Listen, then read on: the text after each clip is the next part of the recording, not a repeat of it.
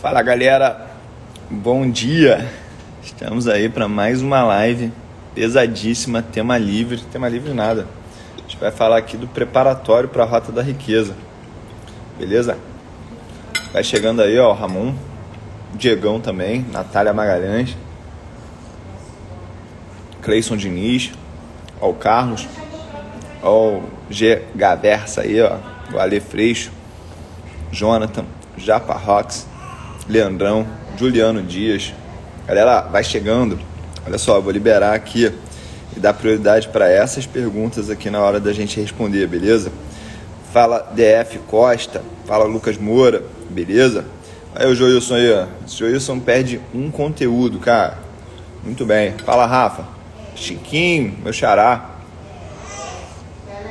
Esse é Vinícius Penido. Vinícius Penido aí, cara da arte, beleza? Olha aí o Elidel também, o Jorai Costa. E esse bebê tá querendo mamar. E aí galera, tranquilo? Seguinte, vamos falar aqui do preparatório aí pra Rota da Riqueza. Pra quem não sabe, é um evento que eu vou fazer a partir de amanhã, às 7 horas da noite, tá? A gente vai ensinar no primeiro dia sobre Mindset na Bolsa. Por que o Mindset é importante?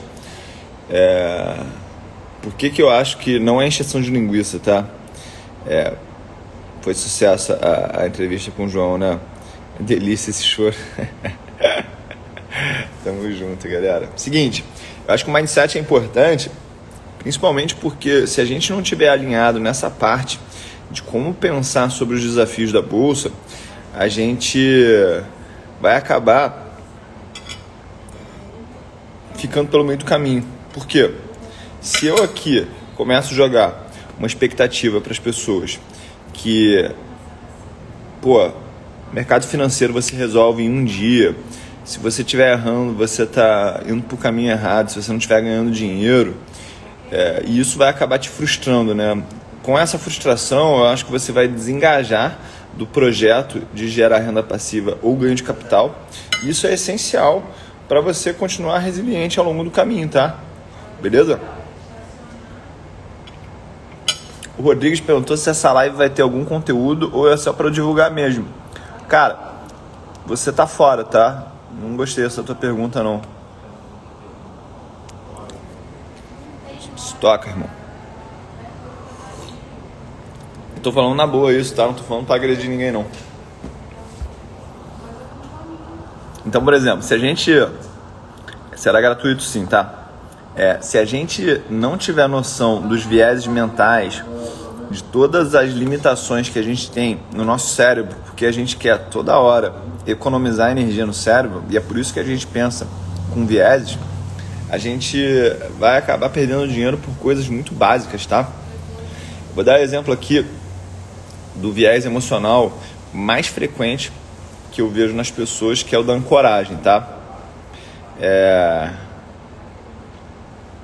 Por exemplo, muita gente viu a Oi lá a R$5, viu a IRB a R$40, viu a Cogna a R$20, viu a Via Varejo a R$20. E essas pessoas, o que elas acabam confundindo, né? Elas acabam confundindo que o mercado, só porque ele já esteve num ponto, ele vai voltar para aquele ponto. Isso não é verdade, tá? O preço ao longo do tempo das ações vai respeitar o fluxo que elas vão gerar de retorno para os seus acionistas no longo prazo, trazidos isso a valor presente. Como é que a gente traduz esse financeiro aí para a vida real, para a gente entender? Vão ser baseados nos dividendos que eu vou receber lá no futuro, que o preço da minha ação vai ser avaliado de uma maneira justa, tá? E quando você entende isso, você começa a refletir se realmente essas empresas tipo VEG, se elas valem tudo isso aí que o mercado está pagando atualmente. E assim, para quem não conhece de mercado, de bolsa, também não consegue perceber um detalhezinho assim que é importante, tá? Que o preço de uma empresa, o valor de uma empresa, ele não é determinado por todos os acionistas. Normalmente, o preço de uma ação é determinado por uma base de 1% dos acionistas, porque são eles que estão trocando, comprando e vendendo ali com mais frequência no curto prazo, e é o que vai determinar o preço da ação no curto prazo. É claro que no longo prazo, a cotação ela vai estar alinhada aí com o valor, tá? Mas no curto prazo é compra e venda, oferta e demanda. Isso pode distorcer um pouco o que as pessoas entendem como preço e valor. E a gente tem que ganhar dinheiro exatamente analisando essa discrepância, tá?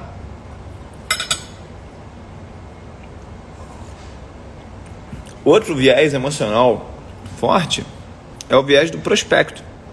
Por que o viés do prospecto ele é forte nos iniciantes?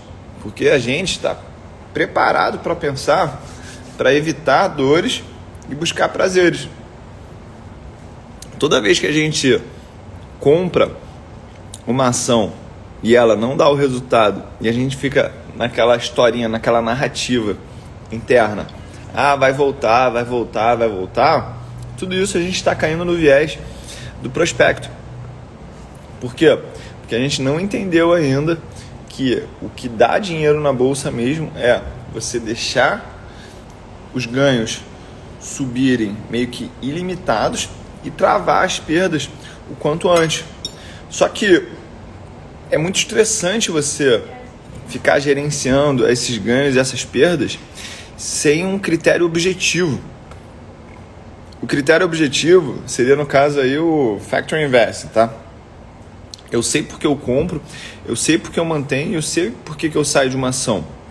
Quando eu deixo esses critérios subjetivos, é muito estressante eu ficar pensando, será que agora, com o juro subindo, é um momento bom de botar mais renda fixa na carteira em vez de renda variável? Por quê?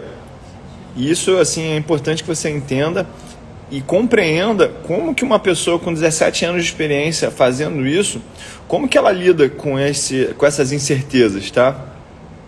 Porque se a gente pensar em termos de fundamentos, em termos teóricos, a alta dos juros aqui no Brasil, elas certamente vão impactar o preço das ações negativamente. Só que a velocidade que isso acontece que é o grande segredo da bolsa. Por quê? A todo momento, os preços eles estão refletindo as expectativas de todo mundo sobre aquele ativo e tudo que está impactando ele. Então, por exemplo, a gente vê que a Petrobras distribuidora ela vai ter um salto de receita quando toda essa crise sanitária passar. Por quê?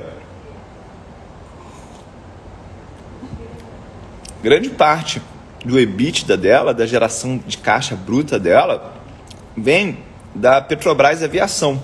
E atualmente, os aviões eles estão rodando num ritmo menor do que antigamente. Quando tudo isso passar, a gente vai ver que o fluxo de viagem vai aumentar. E conforme isso acontecer, o consumo de combustível para a aviação também vai aumentar, o que vai levar os preços das ações da BR Distribuidora para cima, né? Mas será que o mercado, será que os participantes, será que só eu sei disso? Será que as pessoas já não estão adiantando os seus palpites para que isso aconteça e o preço já não reflete isso? Quando a gente começa a se questionar se realmente o mercado ele já precificou esses eventos aí que a gente está imaginando, a gente está confirmando a teoria dos mercados eficientes. Para quem não sabe o que é a teoria dos mercados eficientes, eu vou explicar aqui porque é muito importante que você entenda da onde que vem aquela frase o preço não importa, tá? A teoria dos mercados eficientes, ela fala que os preços eles já refletem todas as expectativas, todas as informações disponíveis. Ou seja, se o preço já reflete tudo que as pessoas sabem sobre um ativo, ele está bem precificado. E aí, para nós participantes que entendemos isso, só nos resta gerenciar os riscos da nossa carteira. E aí a pessoa vai falar assim, tio Uli, mas eu não acredito nessa teoria. Tá, eu sei. Eu sei que você não acredita porque você é inteligente e porque você já viu muita gente ganhar dinheiro na bolsa com assimetrias, tá? E agora eu vou te explicar um pouquinho mais profundamente da onde que saiu essa teoria, tá? Essa teoria saiu de um acadêmico chamado Eugene Fama, que na década de 70 ele começou a fazer algumas pesquisas e ver que nenhum investidor conseguiria ter resultados acima da média sem assumir mais riscos. Só que quando ele fez essa teoria, ele não estava fazendo essa teoria para mim, para você, que a gente que tem pouquinho dinheiro. Eu acredito que ele estava pensando nos fundos de pensão, naqueles caras lá que administram centenas de bilhões de reais. E para esses caras, pegar empresas muito pequenas, que realmente tem uma distorção entre preço e valor, é impossível, porque nem mexe o ponteiro da rentabilidade deles, tá? Então, a gente que é investidor pequenininho de varejo, a gente tem uma vantagem em relação a retornos sobre esses investidores aí gigantes. E a gente tem que aprender a usar isso a nosso favor. Se a gente entende que a teoria dos mercados eficientes, ela é real e ela funciona, mas funciona muito mais para os investidores gigantes, a gente tem que entender qual que é o furo dessa teoria. E o furo dessa teoria é exatamente que no curto prazo a gente pode ver essas distorções e pessoas com um bolso muito menor, que é o nosso caso, a gente tem mais probabilidade de agarrar essas oportunidades sem impactar o preço. Por exemplo, vamos falar aqui o caso da Atom, tá? A Atom 3 é a empresa que a Exame, que é o quinto maior portal aí do Brasil na internet, ela foi comprada e aí a ação saiu de tipo R$3,50, R$3,80 para R$12 e aí na sexta-feira fechou a tipo R$9,50, tá? Eu fui comprando essas ações desde 21 de janeiro de 2021. Só que toda vez que eu ia lá comprar mais de R$20 num dia, eu acabava puxando muito o preço para cima dessa ação. Ou seja, eu tive que ser tático e estratégico na hora de montar essa posição. E isso é uma coisa que pouca gente entende, que existe uma diferença entre o teu trabalho como operador e o teu trabalho como estrategista no mercado, tá? E aí tem muita gente que é bom estrategista e péssimo operador. Tem gente que é bom operador e péssimo estrategista. A partir do momento que você entende que você precisa colocar 2 chapéus para jogar esse jogo, as coisas começam a fluir melhor a teu favor, tá? Por quê? Porque às vezes você entende que as tuas ideias estão boas. Os teus insights sobre o mercado estão bons. Só que você não está tendo a paciência de operar isso da melhor maneira. Você não está tendo o controle emocional para operar isso da melhor maneira. Porque é muito normal eu pensar uma coisa de maneira brilhante, falar assim, caraca, tem uma oportunidade aqui nesse mercado. Só que aí eu quero entrar tudo de uma vez só.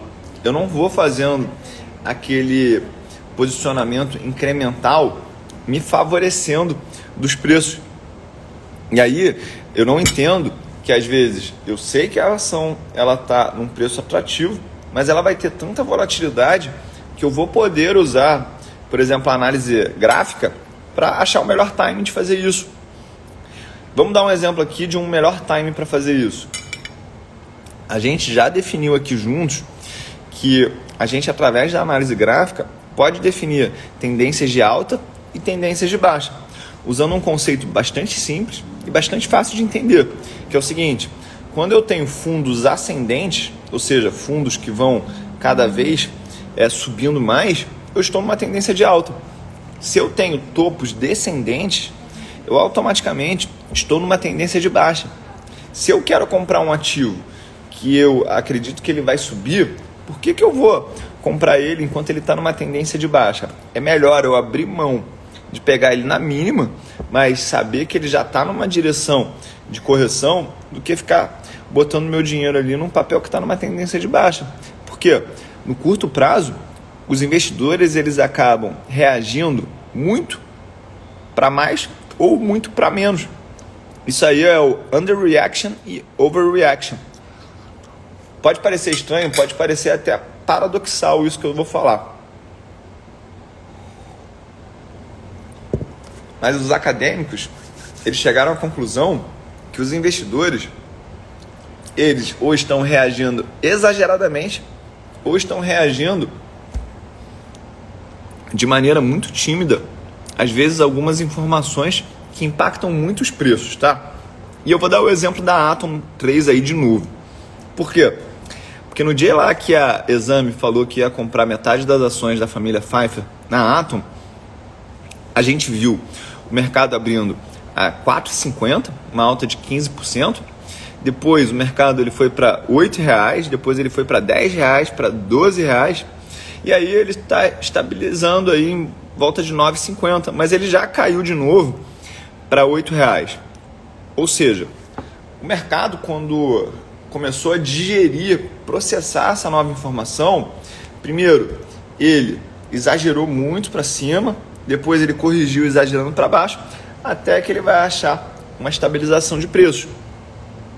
Nesse bailado aí do mercado, você pode se aproveitar para vender para aqueles extremamente otimistas e comprar dos extremamente pessimistas. Eu vou dar um outro exemplo aqui de um dia que o mercado reagiu exageradamente a uma nova informação. E isso vai te mostrar como é que no curtíssimo prazo ele pode ser irracional. Quem lembra aqui, quem é que estava no dia que o Sérgio Moro pediu demissão do Ministério da Justiça com a bolsa aberta ao vivo?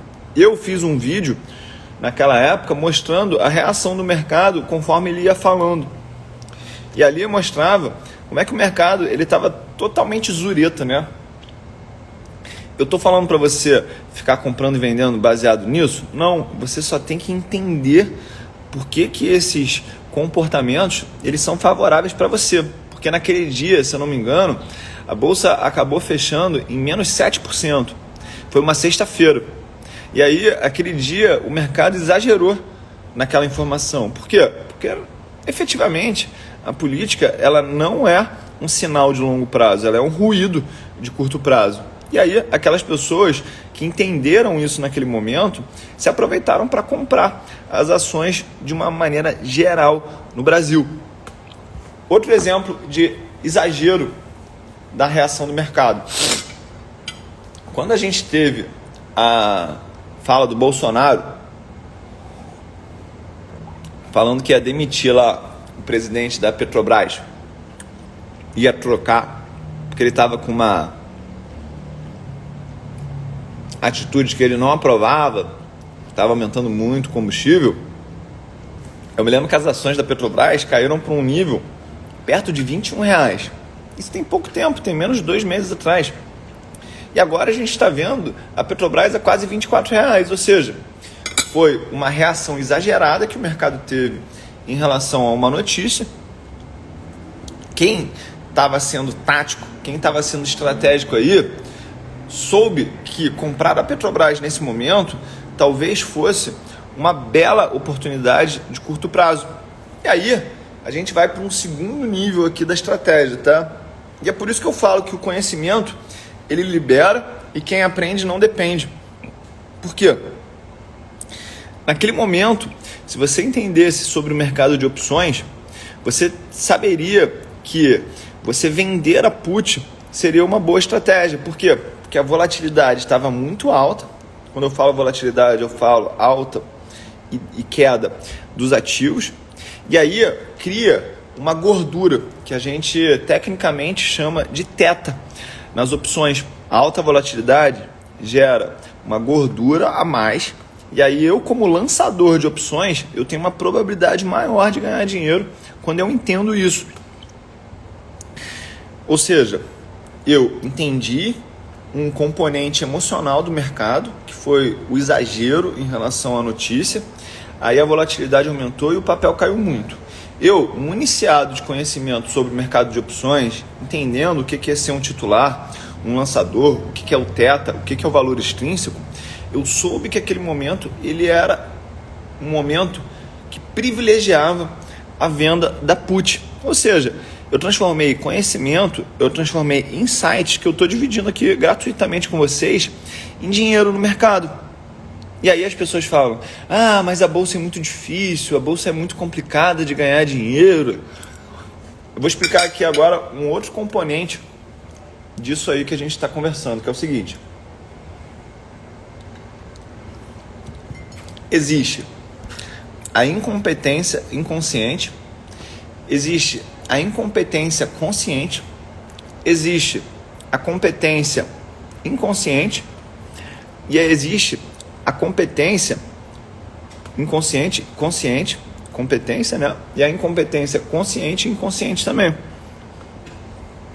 Eu quero que vocês se aproximem da bolsa com conhecimento, estudem tanto esses aspectos, que vocês se tornem operadores, investidores que são competentes num nível inconsciente. Porque a partir do momento que você entende qual que é a dinâmica do mercado, você reage meio que automaticamente a algumas coisas. Você não precisa mais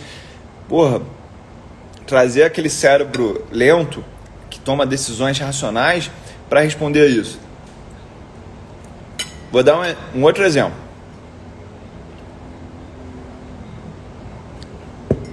Vamos dizer aí que você esteja num casamento, né? E aí você é novo, não tem experiência em relacionamento. O que a pessoa nova que não tem experiência em relacionamento acaba fazendo? O parceiro faz alguma coisa que te contraria e aí, naturalmente, o que vai acontecer com o teu corpo? A gente tem uma coisa aqui atrás do cérebro, nosso cérebro trínico, que é a amígdala. Toda vez que a gente é confrontado, toda vez que fazem alguma coisa que a gente não quer, essa amígdala aqui, ela inflama. E isso gera um comportamento animal nosso, chamado o comportamento de fuga ou luta, tá? Dentro do nosso casamento, qualquer relacionamento, toda vez que alguém contraria a gente, esse comportamento de fuga ou luta, ele automaticamente é startado. Por isso que a gente, às vezes, desliga o telefone na cara do nosso cônjuge, a gente deixa ele falando sozinho e vira as costas. Por quê? Porque a gente está tomando uma atitude irracional de fuga. Ou, pior, pode vir um comportamento de luta, que é você começar a discutir, e aí você esquece qual que é a base do relacionamento. A base do relacionamento é que você está ali para fazer outra pessoa feliz e você espera que ela faça a mesma coisa por você, com respeito. E aí, conforme você vai sendo mais experiente no teu relacionamento, você vai entendendo que em alguns momentos a melhor estratégia é não discutir. Você acata o que a pessoa falou ou você absorve, digere aquilo que ela falou e aquilo está tranquilo. É a mesma coisa com o mercado acionário, com o mercado financeiro. Vão ter situações onde você vai pensar assim, olha, a alta de juros vai fazer com que o preço das ações caia. Aí você pensa conforme os fundamentos, faz tudo certinho e a partir daquilo a bolsa sobe. O que vai acontecer com a tua amígdala? É a mesma coisa, porque aquela tua ideia racional, aquela tua opinião, ela vai ser confrontada. A tua amígdala vai inflamar, você vai querer vender na baixa, que é a fuga, ou você vai querer fazer um preço médio em cima do teu erro, que é a luta. Ou seja, eu acabei de trazer para vocês aqui o exemplo de como que as mesmas coisas que acontecem nos relacionamentos de vocês acontecem no teu relacionamento com o teu dinheiro. Porque no final das contas, a gente não está competindo com ninguém, a gente está lidando numa batalha interna com nós mesmos. Por isso que eu falo que o autoconhecimento, o mindset é o essencial para você ganhar dinheiro na bolsa. Enquanto você não conseguir gerenciar os teus impulsos, não conseguir gerenciar as tuas emoções, você vai continuar tendo resultados que te levam para o grupo dos 95%. O que é o grupo dos 95%? Pessoas que não conseguem entender a lógica do mercado financeiro e não conseguem entender da onde que vem os resultados. Lembrando, um bom resultado no mercado financeiro é reflexo de um bom processo de decisão. Então, às vezes é melhor eu perder dinheiro fazendo certo do que fazer o errado e ganhar dinheiro. É exatamente aquela pessoa que, infelizmente, é corrupta, né? Vamos dizer que você está lá e bebeu 3 cervejas e dirigiu. A polícia vai lá e te para. Você, ao invés de assumir aquele teu erro comportamental, ao invés de você corrigir a tua conduta, você vai lá e assim, tô aqui querendo só dar um exemplo, tá, gente? Não tô incentivando ninguém a fazer isso, não. Você vai lá e oferece R$100 pro guarda não te prender, não te multar. E vamos dizer que isso dá certo. Infelizmente, você criou um processo errado que culminou num resultado certo, né? Naquele momento, que foi você fugir daquela multa, daquela penalização que teve, beleza? E aí, é a mesma coisa na bolsa. Vamos dizer que você alavanque o teu resultado, você peça um empréstimo, esteja operando com dinheiro acima da tua capacidade na bolsa. Se você ganhar dinheiro com isso, cara, tu tá fazendo uma coisa errada que acabou dando certo. E eu não quero isso para você. Eu quero que você tenha um processo coerente de tomada de decisão que te leve, na média, a ter bons resultados. Vamos falar aqui de algumas atitudes que vão te levar a bons resultados de uma maneira tranquila na bolsa, tá? Primeiro, ter empresas que tenham uma regularidade nos seus retornos. Vamos dar um exemplo prático aqui. Eu posso ter uma empresa que ela dá prejuízo, lucro. Prejuízo, lucro. Essa empresa, vamos comparar ela àquela pessoa que um dia ela te fala a verdade, outro dia ela te fala mentira, outro dia ela fala a verdade, outro dia ela fala mentira. Eu não consigo confiar na conduta daquela pessoa porque ela não tem regularidade.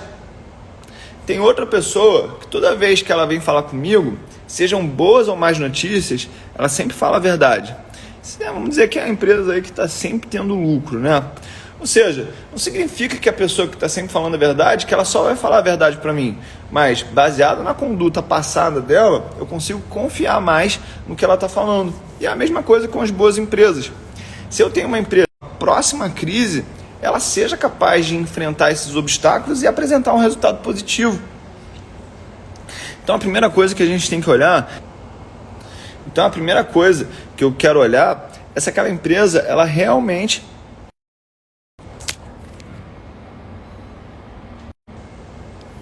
voltou agora, voltou. Então, essencialmente, eu quero ver se aquela empresa, ela está tendo regularidade no que ela está falando pra gente, tá?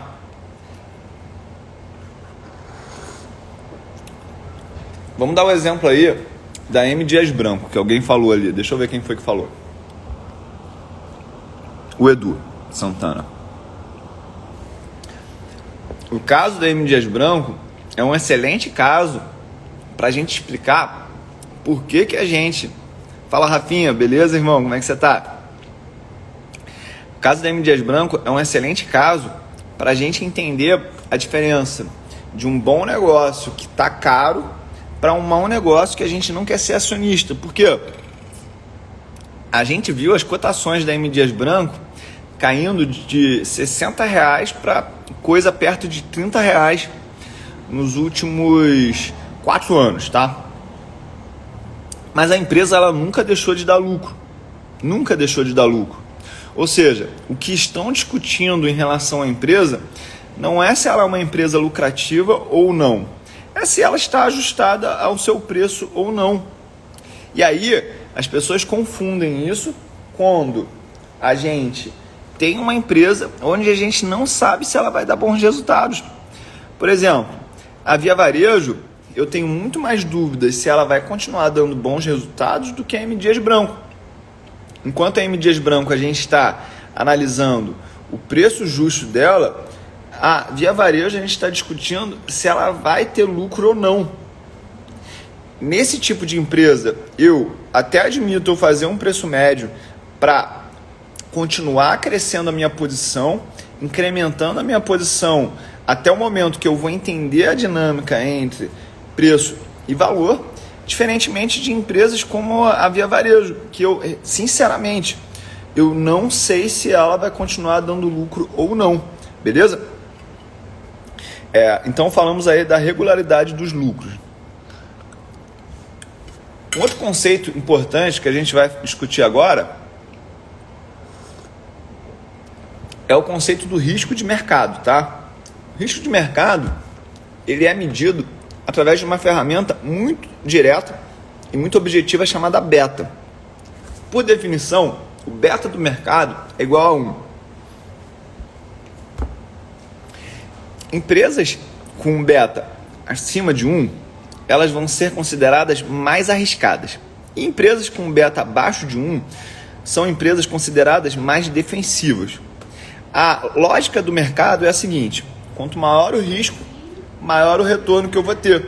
E o beta é um determinante de risco. Ou seja, quanto maior o beta, maior o retorno que eu vou ter. Quanto menor o beta, menor o retorno que eu vou ter. Só que aí a gente tem que começar a aprender como analisar esse tipo de indicador e entender qual que é a premissa que a gente tem para o mercado.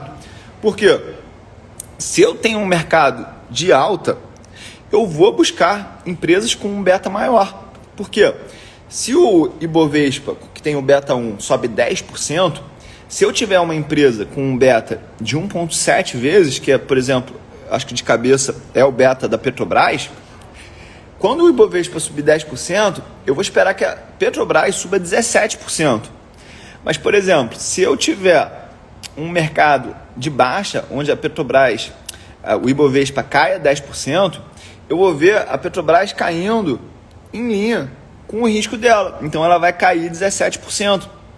Já se eu estou com uma empresa com um beta abaixo de 1, um beta defensivo, eu vou na queda cair menos e na alta subir menos.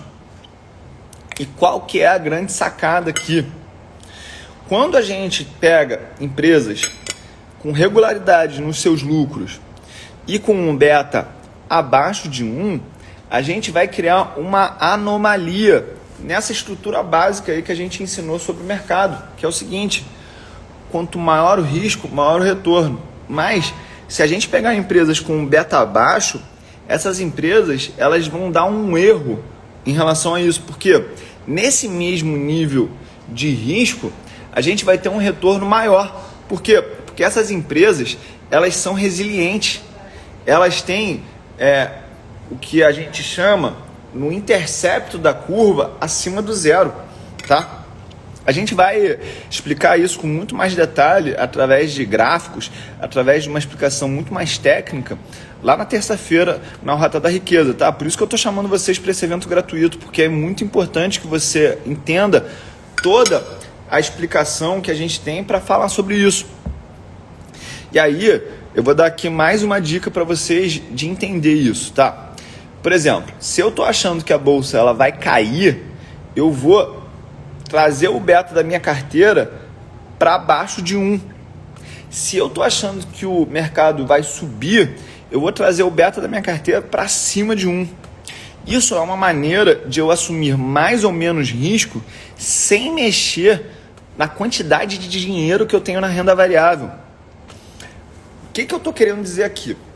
Eu estou querendo falar para você que as ações elas têm um tratamento tributário superior à renda fixa. Por quê? Primeiro, que as ações elas não têm prazo de vencimento. Diferentemente de um título de renda fixa, que em algum momento ele vai vencer e eu vou ter que realizar meu lucro e com isso eu vou ter que pagar imposto de renda. Existe uma tabela regressiva para fazer isso. Começa em 22,5% e vai até o final de 15%. Mas quando eu estou comprando uma ação, primeiro, eu não sou obrigado a vendê-la nunca. E aí, nas ações, a gente tem basicamente dois tipos de retorno. Não são só esses, tá? Mas eu vou simplificar aqui por uma questão de didática, tá? Ganhos de capital, que é comprar por 10 e vender por 20, é 15% nas ações. Só que tem uma outra parcela do retorno que ela é derivada dos proventos. Proventos são dividendos e juros sobre capital próprio pagos pela empresa. Só que os dividendos no Brasil, eles são isentos de imposto de renda. Então, se eu tenho um componente onde o retorno ele é composto por ganho de capital de um lado e proventos de outro, e parte desses proventos são isentos de imposto de renda, eu tenho uma alíquota efetiva no meu retorno que é menor do que 15%. Ou seja, marginalmente, lá no final, eu tenho as ações custando menos em termos de imposto de renda do que a renda fixa. Beleza? Então, se eu quero ter uma parcela maior da minha carteira destinada à renda variável por esses benefícios, mas eu quero manter o risco igual, eu posso sair de uma carteira com um beta 2 para uma carteira com um beta meio. Então, por exemplo, uma carteira que é 50% renda variável e 50% renda fixa, e a renda variável ela tem um beta de 2, essa carteira, em termos de risco, ela pode ser igual a uma carteira 100% em renda variável com um beta de 0,5. Fala, Bernardo, beleza, irmão? Dá um abraço aí para todo mundo lá da iniciativa Ibovegas, um grupo aí muito engraçado. Aí, melhor grupo de figurinha que tem. Beleza?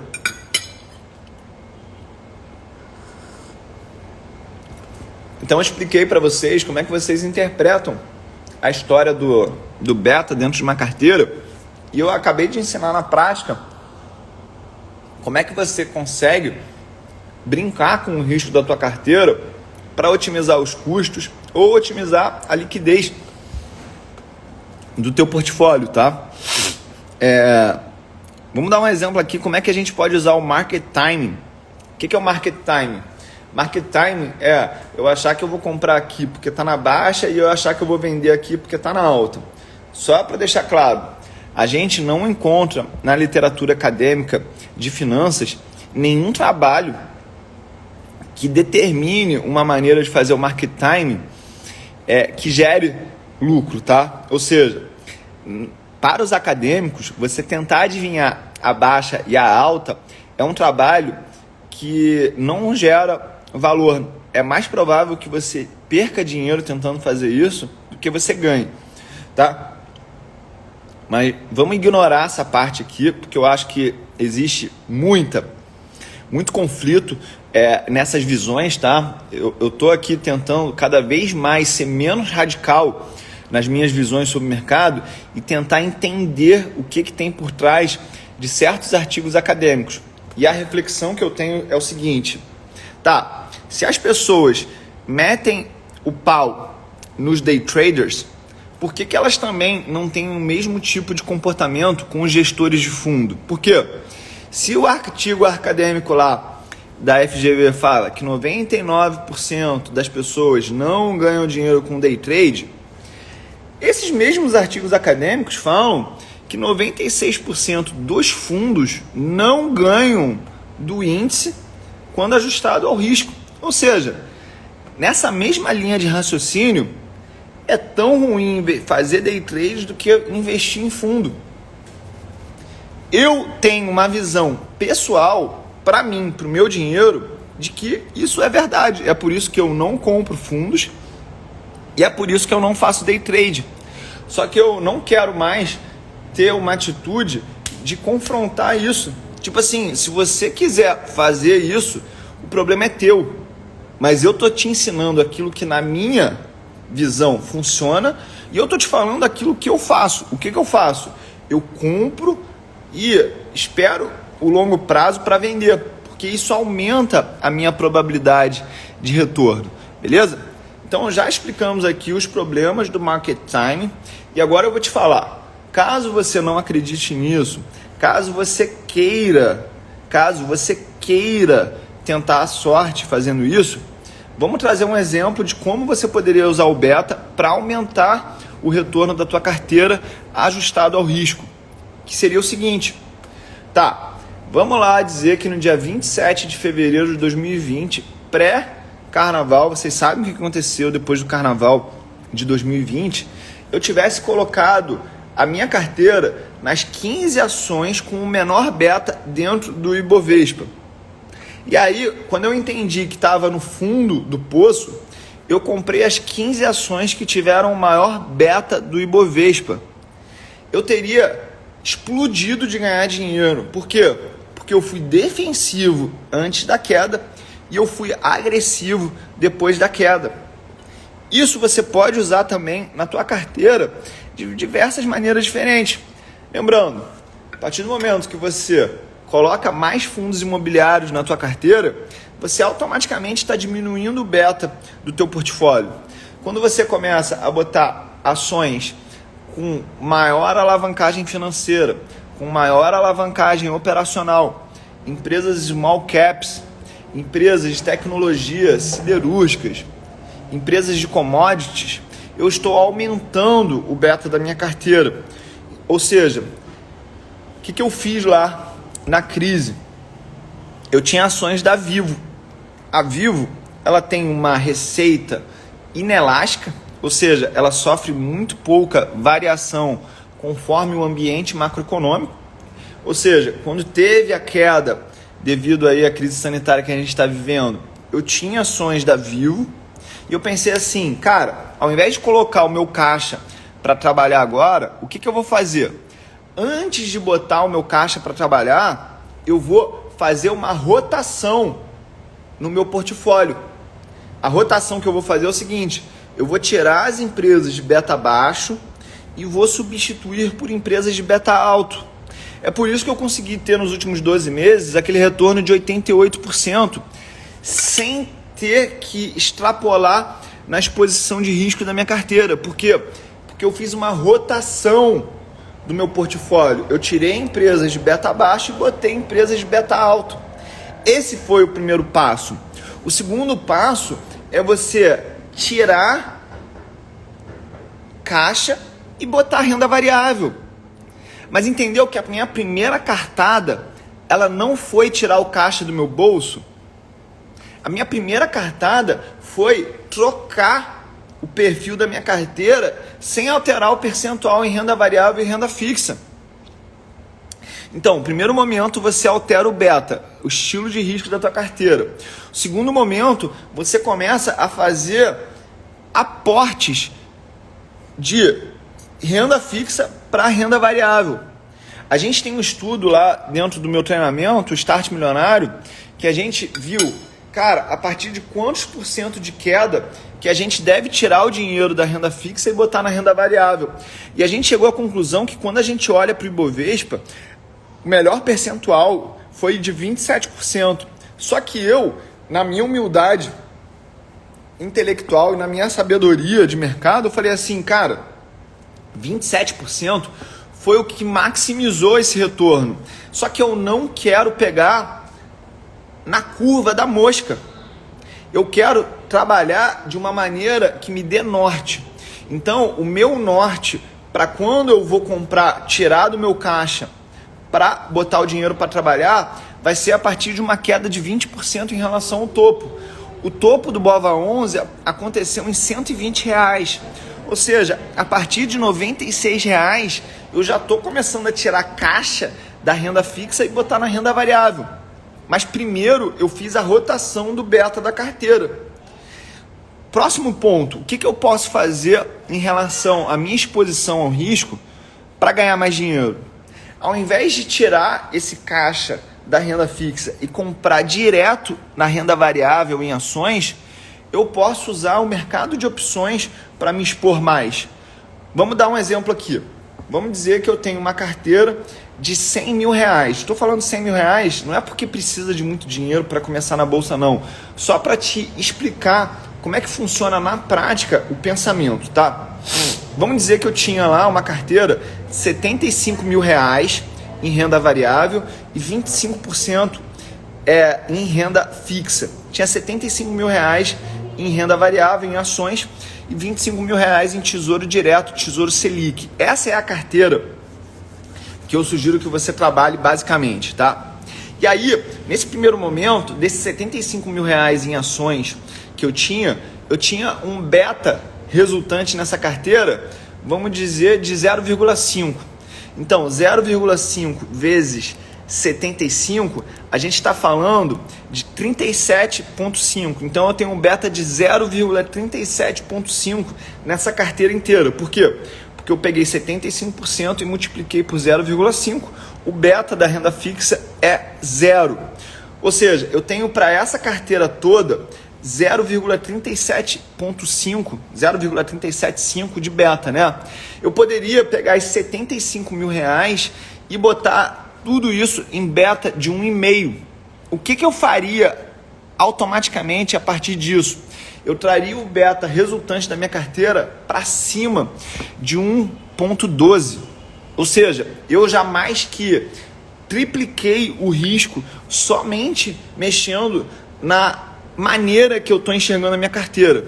Tá, daí teve a queda lá de 20% e agora eu vou começar a tirar dinheiro da renda fixa de verdade para botar na renda variável. Qual que é o passo que eu tenho que dar antes de começar a comprar ações, mas se eu quiser otimizar a minha exposição de risco em relação ao meu retorno? Ao invés de pegar lá 5 mil reais e comprar em, vamos dizer que o BOVA11 nesse caso aí vai estar 100 reais, 5 mil reais, então dá para eu comprar 10, 50, 5 BOVA11. Ao invés de pagar 100 reais em cada BOVA11 e gastar 5 mil reais, eu poderia comprar opções com delta perto de 0,8, que vai estar dentro do dinheiro, e eu vou estar replicando 80% do BOVA11, mas eu vou estar usando, ao invés de 100 reais de caixa por cota, eu vou estar usando algo aproximado de 7, 8 reais por cota.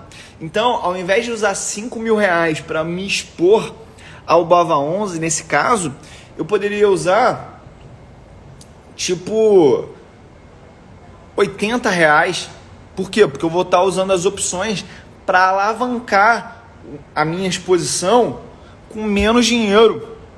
Entendeu? Cara, só isso que eu te falei aqui já valia tu pagar R$1.000 por esse conteúdo que eu tô fazendo. Eu não tô falando isso aqui de gatilho e não tô falando isso aqui pra ficar esfregando na cara das pessoas que eu tô dando conteúdo de qualidade de graça não, tá? Eu tô falando isso pra você entender o quanto valioso é isso que eu tô te mostrando e como é que você precisa realmente aprofundar a maneira que você aplica as coisas no mercado para você parar de achar que o que eu tô falando aqui é encheção de linguiça e você entender o contexto que a gente usa essas ferramentas. Aí vamos dizer que você comprou agora essas calls com um delta bastante alto para replicar uma posição que te custaria 5 mil reais por tipo 80, 100 reais, e a partir disso, vamos dizer que deu errado. Cara, a partir desse momento, você sai das opções e compra as cotas do BOVA11, por exemplo. Beleza? Tá, e aí o mercado continuou caindo. Como é que agora eu vou continuar usando isso, Tchuli? Tá, vou começar a aportar cada vez mais aquele caixa da renda fixa na renda variável. Entendeu? Não funcionou com as opções de delta alto. Aquele dinheiro diminuiu. Beleza. Tem mais alternativas para eu fazer? Tem. Acabou o meu caixa, eu posso vender a put dentro do dinheiro com o delta bastante alto, porque eu vou estar me expondo à alta da bolsa sem precisar de caixa. Eu usei isso. Agora que passou já, eu posso falar. Eu cheguei a vender mais de 800 mil reais de put de Itaú, quando ele estava R$24, com strike de R$31. Quando o mercado acordou que tinha muito valor por causa da XP dentro do Itaú, a ação fez assim. E eu não precisei ganhar os 800 mil reais para ter lucro. Quando eu estava com, 600 mil reais de lucro, eu já zerei a posição. Por quê? Porque eu não precisei levar até o final, porque eu estava com um delta vendido dentro daquela put bastante alto.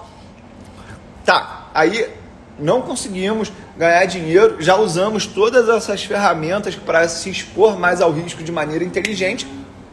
Tem mais uma maneira? Tem. Essa é pesada, tá? Essa é pesada. Pega aí a caneta, pega o papel, que essa é pesada. Essa aí eu não devia falar pra vocês não, mas eu vou falar. Eu vou falar e depois eu vou encerrar esse conteúdo, porque vai ser muita coisa pra vocês processarem.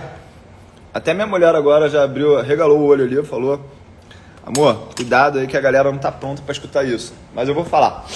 Seguinte. Quem tá com a caneta e o papel na mão aí, fala. Tô com a caneta e papel, pode falar, tio Uli. Eu vou esperar a galera falar ali, ó. Porque senão eu tô falando ao vento aqui. Eu não quero correr o risco de o pessoal não entender isso, tá?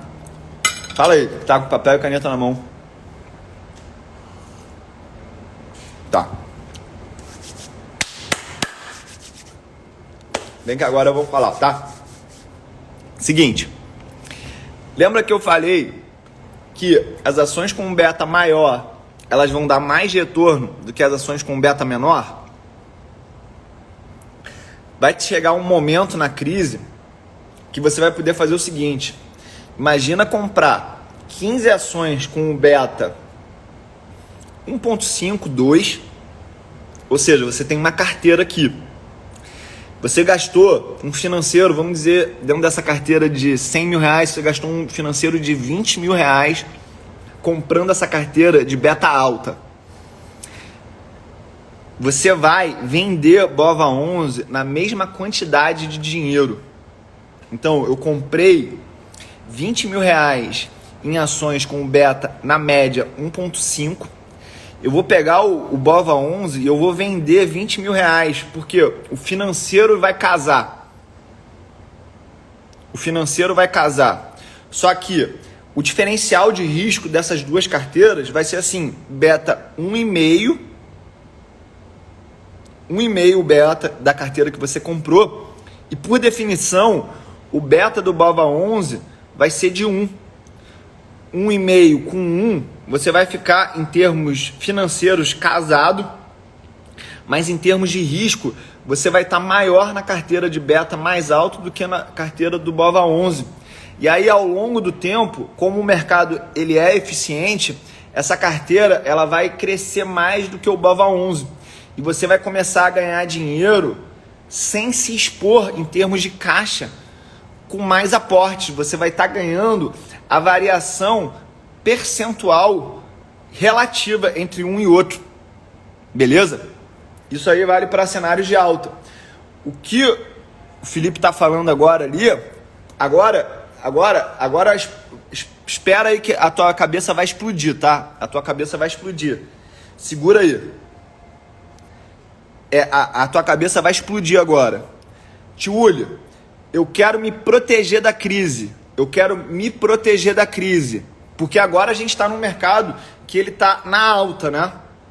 O que eu posso fazer? Eu posso comprar essa mesma carteira de beta 0,5 e vender a carteira do BOVA 11 de 1. Ou seja, se o mercado despencar, a minha carteira ela vai segurar mais o resultado e o BOVA 11 vai cair pesado. E aí, esse diferencial vai ser o meu seguro contra a crise. Esse percentual vai ser o meu seguro contra a crise. Porque caso o mercado ele despenque, eu vou estar ganhando mais na queda do BOVA 11 do que eu perdi com essa carteira defensiva. Ou seja, eu estou criando um hedge natural para minha carteira caso alguma coisa dê errado. E eu não estou precisando despender caixa para fazer isso. Sério mesmo. Eu não estou aqui querendo falar isso para me gabar não, cara. Mas não tem ninguém na internet, falando de um conteúdo tão valioso, tão técnico e tão prático quanto esse que eu acabei de entregar para vocês, beleza? E eu, assim, eu não vou aqui...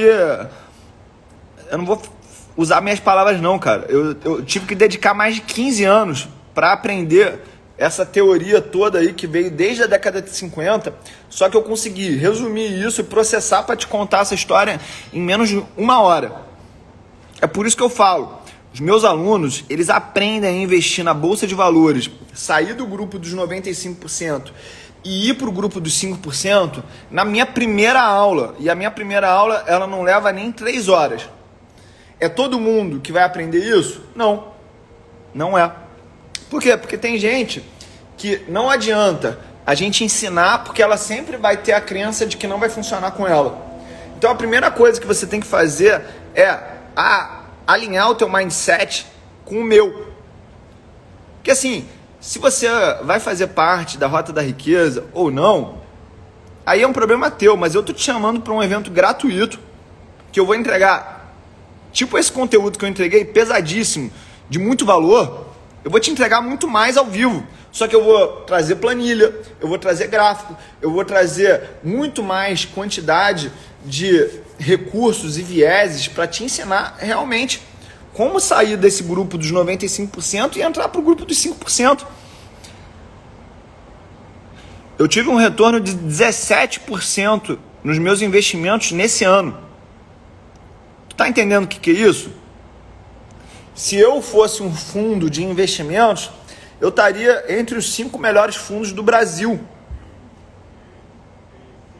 Por que eu não faço isso, Tiúlio? Por que o Tiúlio não abre então um fundo e capta bilhões? Porque eu não acredito. Se eu fosse fazer um fundo de investimentos, eu ia cobrar 2% de administração e 20% de performance. E essa estrutura de custos, ela eliminaria todo esse conceito e todas essas vantagens que eu acabei de te ensinar. Ou seja, a única alternativa que você tem realisticamente para ter esse tipo de retorno é aprendendo a fazer por conta própria, cara. E eu tô aqui para te ensinar como fazer isso por conta própria. Você vai perguntar assim, faz para mim, Tiúlio. Cara, eu não quero. Sabe por quê? Porque no dia que eu encher o saco de gente mimizenta, vitimista, eu vou falar assim, cada um que cuida da sua vida. Porque eu já tô cuidando da minha vida, cara. Eu já tô cuidando da minha vida. Olha só, eu já moro de frente pra praia. Eu já tô em casa curtindo aqui o meu dia com a minha família, né? Eu já acordei 10h30 da manhã. Ou seja, ninguém manda na hora que eu acordo. É esse tipo de liberdade que eu quero que você traga pra tua vida. Eu quero que você tenha liberdade para aprender a tomar as decisões, para aprender a lidar com os teus próprios erros, para que você não fique dependente de ninguém. Não fique dependente de mim, não fique dependente de gestor, não fique dependente de analista, não fique dependente de carteira recomendada, não fique dependente de dica. Eu quero que você seja capaz de lidar com os teus próprios resultados e gerar eles. Beleza? Eu vou aqui desativar os comentários, porque eu vou responder na tora aqui as perguntas, tá? Os caras da JBS também foi estouro na bolsa. Eles cometeram uns crimes aí, mas tipo, eu acho que a ação tá barata, principalmente se o evento do IPO aí acontecer e ele for bem sucedido. 80% das vendas da JBS são dos Estados Unidos, galera. Deixa eu explicar aqui esse contexto, tá? E aí, se a JBS fosse precificada como uma empresa americana, ela estaria valendo muito mais do que estando aqui no CEP do Brasil. Porque tem risco político, tem uma porrada de coisa que acaba com o preço da ação, tá? Então, se fizer esse IPO lá e ele for bem sucedido, vai destravar muito valor dentro da estrutura da empresa. Por isso que eu acho que ela tá barata. Filipão Ferreira, você acha que ETFs acabam distorcendo o preço dos ativos devido ao tanto que precisam comprar? Cara, boa pergunta, Filipão. Eu acredito que os ETFs, eles não geram essa distorção no longo prazo. Por quê? Os investidores, eles são avançados o suficiente, eles têm tecnologia suficiente para entender que essas distorções geram oportunidades. Aí esses investidores, eles vão vender a descoberto através do aluguel de ações até ajustar a relação de risco e retorno, tá? Se esse argumento aqui, que eu já ouvi ele em outros lugares, e ele pode ser verdadeiro, Felipe, se ele fosse forte o suficiente, por que a gente não estaria vendo nenhum tipo de fundo estourando de rentabilidade, ajustando esse risco e retorno. Por quê? Vamos dizer que as empresas que estão fora das carteiras desses ETFs, que elas estejam com uma relação de retorno sobre risco desigual. Por que não tem ninguém comprando essas ações ou vendendo essas ações e ajustando isso com o índice? Beleza? Se isso é verdade e a pessoa está vendo isso, ela pode ganhar muito dinheiro fazendo. Eu não estou vendo ninguém fazendo isso em larga escala, tá? Até pode estar fazendo isso numa escala menor. Onde procurar o beta? Cara, você pode fazer o beta entre 30 e 60 períodos, essa é a praxe do mercado, mas você pode achar isso de graça no Yahoo Finance, beleza? A gente ensina dentro do treinamento Start Milionário como é que a gente calcula o beta de várias maneiras diferentes. Tio, o que você acha do setor de turismo, como CVC? Aproveitar que está barato ou investir em outros setores a longo prazo? Cara, eu cheguei à conclusão que não vale a pena investir em setores que possam estar no olho do furacão com tanta frequência quanto o setor de turismo, tá? Mas é um setor que tem as empresas com um beta mais alto. Ou seja, você pode usar todo esse arcabouço teórico, técnico, da estatística que eu acabei de ensinar para ganhar dinheiro com essa tese de investimento. E eu acredito que essa tese ela é vencedora sim. Por quê? Uma vez que as empresas de turismo estão no centro do olho do furacão, elas estão oferecendo mais risco. E aí, quem comprar uma carteira diversificada de empresas de maior risco vai ter mais retorno ao longo do tempo. Isso é um conceito importante que, se você não aprendeu esse detalhe, é super relevante que você anote aí nas suas anotações, que é o seguinte: quando eu falo, isso vai acontecer, as empresas de menor porte, elas ganham mais dinheiro que as empresas de maior porte, a gente está falando isso, gente, na média, tá? Não significa que todas as empresas vão respeitar esse comportamento, mas a gente está trabalhando aqui como se a gente fosse uma seguradora, onde a gente está pegando clusters da mesma característica e comparando com clusters da mesma característica, beleza? Aconselha a colocar stop. Se você estiver usando a estratégia de trend following, o stop ele vai ser móvel e ele vai ser determinante de quando você entra e quando você sai num ativo. Já no Factor Investing, você pode usar o stop no tempo. Por quê? Você compra por um motivo, espera um X de tempo e vende caso essa empresa não continue sendo elencada dentro desses motivos. Perfeito? Então, o stop no tempo, ele também acontece e ele é muito valioso. São os mais básicos aí, tá? Você costuma colocar stop nas suas operações? Quando eu estou usando Trend Following e o Factor Investing, sim. Vale a estratégia Deep Value Invest de Graham? Tem empresas ainda agora, sim, cara, nesse momento do mercado eu não vejo empresas com essas características, mas a partir do momento que a gente vê o pêndulo pro lado dos pessimistas, porque o mercado, gente, é um pêndulo, onde ele varia do otimismo para o pessimismo. A gente atualmente está no pêndulo do otimismo. E é por isso que as pessoas inteligentes estão fazendo vendas estratégicas aqui para recompor o caixa, para quando o pêndulo vier para o pessimismo, ela tenha poder de fogo, tenha bala na agulha para comprar isso na baixa. Beleza? Isso aqui que o Márcio Meca está falando, gente, é um comportamento que é o seguinte: o Benjamin Graham, ele falou assim, se você encontrar uma empresa que tem um capital de giro, onde o valor de mercado dela seja menor do que 67% desse capital de giro, essa empresa é uma barganha. A gente já fez esse estudo aqui no Brasil e ele não se mostra efetivo por algumas adaptações contábeis. Por exemplo, se eu pegar uma incorporadora, uma construtora, ela vai ter no estoque dela muitos apartamentos, muitos terrenos, muitos terrenos que não vão estar no ativo permanente, mas sim no estoque. Isso pode distorcer essa conta, beleza? Quanto tempo leva para estudar para realmente começar 100%? 3 horas, tá? 3 horas. Eu não estou falando isso aqui para ser sensacionalista. Isso é na prática. Isso é na prática. Tanto que eu faço essa aula de 3 horas para os meus alunos antes mesmo do período do período de desistência dentro do treinamento, do período onde ele pode pedir reembolso no treinamento.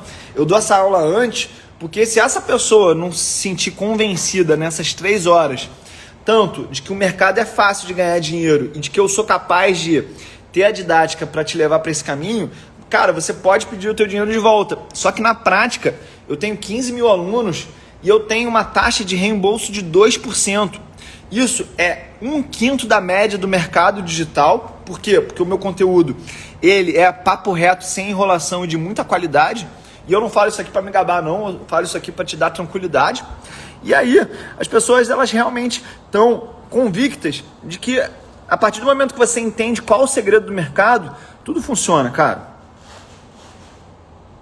Seguinte, galera, minha família aqui tá querendo almoçar, então eu vou parar o megafone aqui. E assim, se você ainda não está convencido que participar da Rota da Riqueza, que é esse evento gratuito que eu vou fazer, ele é de muito valor, cara, tu tem que rever os teus conceitos do que é valor em termos de conhecimento. Se você está realmente valorizando o conhecimento da maneira correta e se você vai ter resultados pensando dessa maneira, tá? Se você está convicto de que a Rota da Riqueza, que é um evento 100% gratuito, que ele vai gerar valor para você, vem aqui no direct e pede para mim o link para participar. Pede o link porque é gratuito e eu tenho certeza que vai gerar muito valor para você que quer aprender a sair dos 95% da população que investe na bolsa e tem resultados inconsistentes ou resultados que não te satisfazem, e eu vou te ensinar a vir para o grupo dos 5%, o grupo das pessoas que realmente têm resultados e entendem por que desses resultados na Bolsa de Valores. Tô te esperando aqui, ó, no link, pedindo o link no direct. É só o começo.